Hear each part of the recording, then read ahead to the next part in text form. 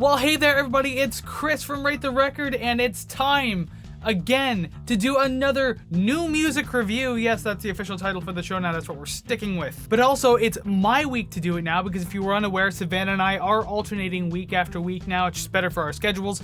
She had hers last week, now it's my turn to jump in. It's been a while, maybe I'm a little rusty, we're gonna find out, so let's just find out how good I am, I guess. So first up we have Joe Satriani, legendary guitarist, composer, songwriter, hard rock and bluesy musician from Westbury, New York. He just dropped his new studio album back on April the 8th called The Elephants of Mars. It's his 18th studio album since 1986.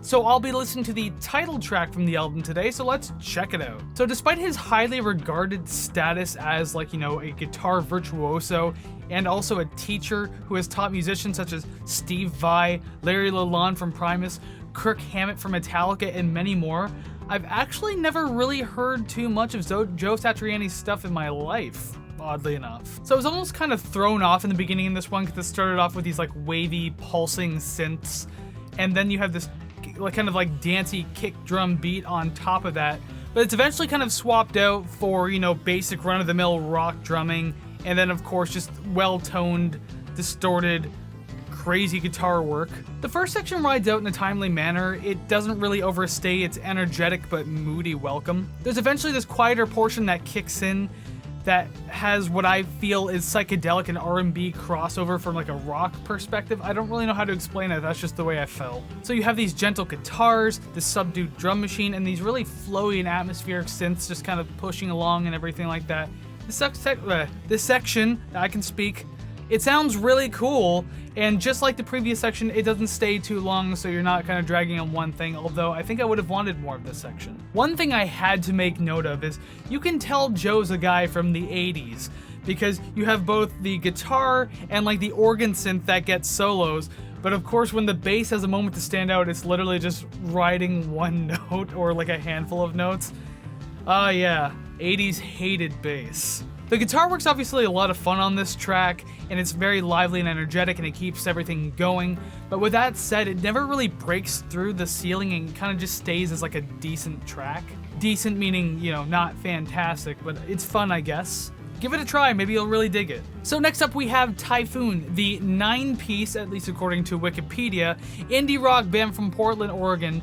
They just dropped their 4th EP and their 9th overall project called Underground Complex No. 1 back on April 15th. The track that I'm checking out today was the one that was highlighted on their Bandcamp page for this release called Up Again. I love the muffled and fuzz guitar that kind of pushes this song forward. It's overdriven, but still calm enough to get into it way more easily than any other kind of distorted track, I guess. The overall mood of this track is really cool, actually. It kind of gives off these end-of-day vibes, so it kind of gives you some breathing room to really experience what this track has to offer. The overall production on this track is actually pretty good. It does have a muddy coat over everything, but I think that kind of just adds to the charm of this indie kind of sound, and it doesn't really take away from the overall track. There are many layers going on through the background of this track, and I'm pretty sure you'll notice more and more of it the more you listen to this track.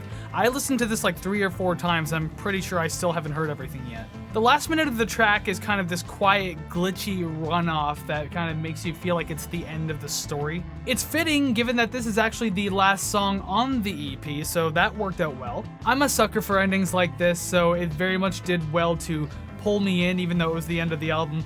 But it just did nothing but make me want to go back and listen to the rest of it to see how it got to that point, and if everything fits as a narrative. I am curious to check it out. Overall, it is a pretty decent track. You have your muddy, and then you have your dreamy, you have your fuzzed, you have your peaceful. It's kind of a best of both worlds scenario here, so good job on that. Last but certainly not least, we have this behemoth 11.5 prog rock and mind twist and Primus track. If you missed episode 29 of the podcast, you should go back and check it. We look at Sailing the Seas of Cheese by Primus, just saying. Regardless, Primus, if you didn't know, is a 3-piece alt-funk or funk metal band or alt-metal band. They have a lot of titles, out of El Sobrante, California. As of the release of this episode on the Wednesday that this goes out, April 20th, they are mere days away from releasing a brand new EP by the name of Conspiranoia on April 22nd. This track is colossal, it's the lead single, and it's called Conspiranoia, So let's see what it has to give us. The song starts off with these wavy psych rock guitars, very twangy sounding bass, and a very tom heavy driven kind of like quick paced opening there. Just kind of gets everything going really well and goes into some very proggy riffage. The instrumentals in the chorus are fantastic. It actually reminds me of something you'd hear from their album Anti-Pop that they released back in 1999. The lyrics obviously hold some political meaning over recent events over the last couple of years. It's very obvious if you listen to it. But aside from how you may feel about the subject matter, the lyrics are still funny regardless. It all feels really cartoony, but unfortunately it also feels just a little too real. It's not until the halfway point that we finally start getting something new out of this track. We enter this jam session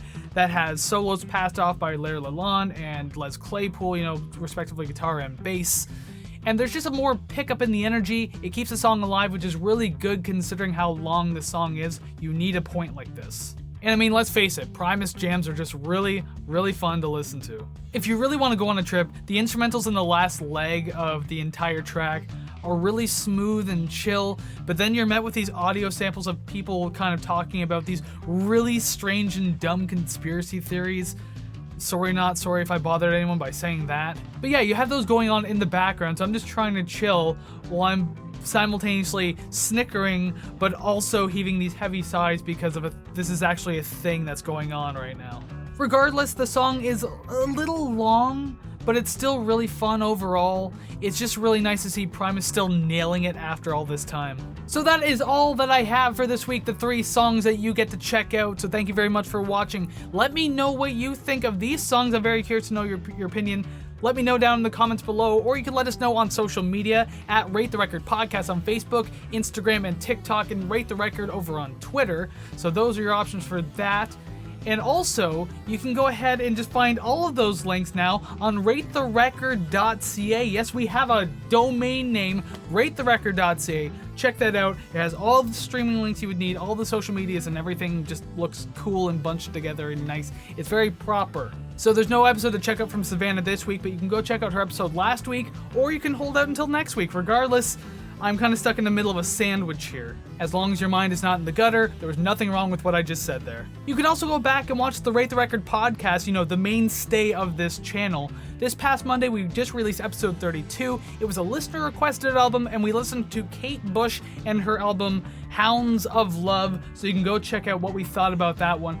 Really interesting album overall, but you gotta hear what we gotta say about it. And of course, you can support us on Ko-fi as well if you want to support us financially, completely optional. Don't worry, all the main content's still free, but if you want to support us there, kofi.com/ratetherecord.